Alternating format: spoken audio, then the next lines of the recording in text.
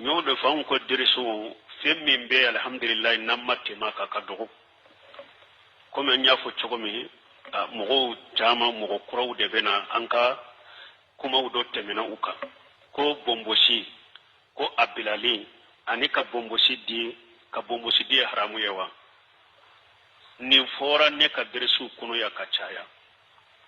fo abedo yere kono ni ko ni te bo bomboshi di law kamene wakati be bomboshi di wakati afora ya kachaya donc bomboshi di li haramu de kidin de ko qassu sawariba wa afulliha arruqu liha wafiru liha kidin ko nun koroshi ayo tige aye ya fa bomboshi ma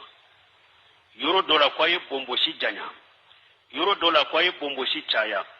wafiru waqiru awfu yoro dola kwaye ya fama yoro dola kwaye janya yoro dola kwaye chaya yoro dola kwaye bila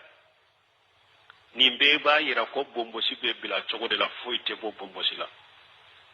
yoro dola chiden ko qasu sawari wa wa'aful liha qaliful majusha ko ayek nun koro sitige aka ya fa bomboshi ma aka majushiya u fonko nyogonya hadisa dola qaliful yahuda hadisa dola qaliful kuffar ay yahuda u fonko nyogonya hadisa na to ay kafiru fonko nyogonya donc don ke bawu ya yira mo min bi bomboshi di kafir la dege de do bomboshi di haramu de parce que tiide nyel janga kata kere kere len foala ako kafir la dege de do ay kafiru fonko nyogonya ka bomboshi bila kafiru fonko nyogonya ni do ni bomboshi di do ye kafiru be nyogonya donc tiide fona ko man tasabbaha bi qawmi fa huwa minhum akoni yere fonko nya mo minun no fi yo doye bomboshi di haramu de islamia sariyalla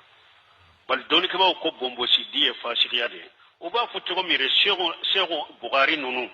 wulutum be tiden ka hadisa fara nyogon ka wakati min ni nana mugo ma nu ko har tiden ka hadisa bayri ga ude be kuna nu yu bomboshi di len so ute hadisa minila ute so ka tiden ka hadisa minila tanki bomboshi di len do ute so har ni islamia sariya be kiri tige ni islamia sariya kiri tige foga hawu bolo mogo bomboshi dilen do asika seriya temina ndella ka fo nko umar ibn abdulaziz anni faqa yeninde ni shi don ke bawo yenyo so sala do ko be konte bomboshi de la teddi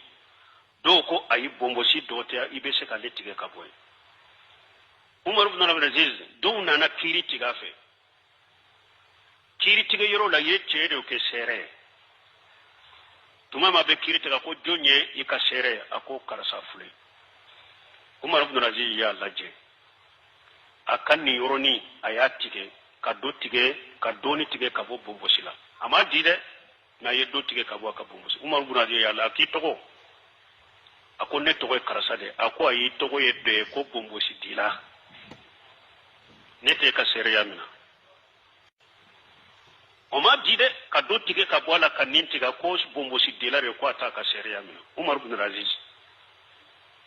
donc bomboshi di haramu e atebe et puis musolla dege be yala donc ko comme Cheikh Albani akoni mo min bi bomboshi kuda yere shite ye etala yere de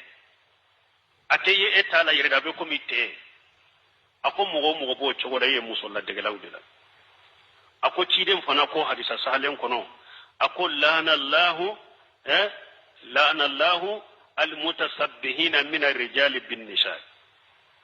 ako ciden ko ala ye cewu danga cewu munum be muso wujubon ko nyonya kula dege bombo site muso de la kudai ce min kera te ye ela de bada be dide ako ye muso la dege la ye et puis ye kafiri la dege la ye ciden ko kafiru ka fonko nyonya de nema itabila ye kafiru la dege ye muso la dege ye kafiru la dege donc bombo siye junubu de haramu de do fashiya de do tebe islamia sariyala minye ambena na suratu taha law mamul lamini sinkati suratu taha ni haruna ko musa ya guna umilla ta'khudhu bi ghasi wala billihiyati wala birasi akum bani makede kanim minanim bombo siye kanim minanim kunsige mamul lamini sinkati ba fu ni yerola ako ciden la seba ye jihadu ke ka kisra ani kaisara nunu ka bedda yele ka ke silama jamana ya ko bombo siddi la kelentula bombo sidila kelen tola munu nye kafiri jamana baw da yele ku ke silama jamana uye ku du silama ma ko bombo sidila kelen tola donc ala ka silama usagi katuka qur'ana ma ala ka silama usagi katuka da sale mbali ma bombo side be har qur'ana kono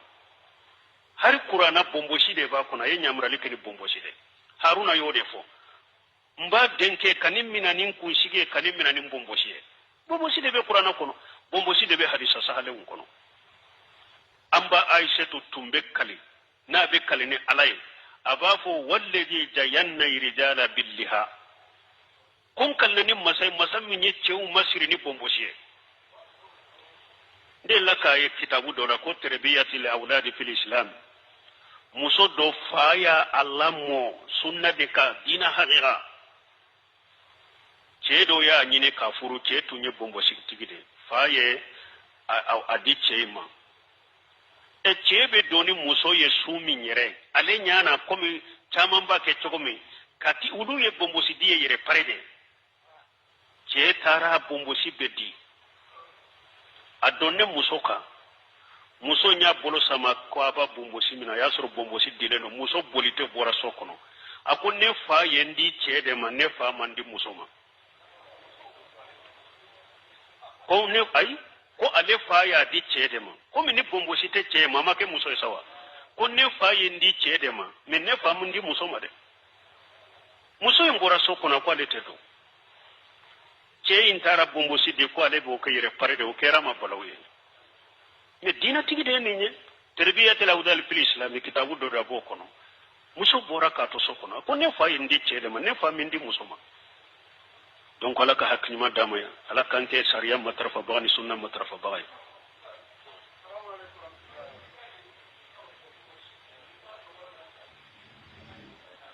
ko haramu de do nu ko minya haramu ye dro o ya banne o ye kabaira junubu de ko min bi fasila min batu ka sera temina fo hada madon ka ko do famu fana ni ko minya haramu ye dro ya haramu de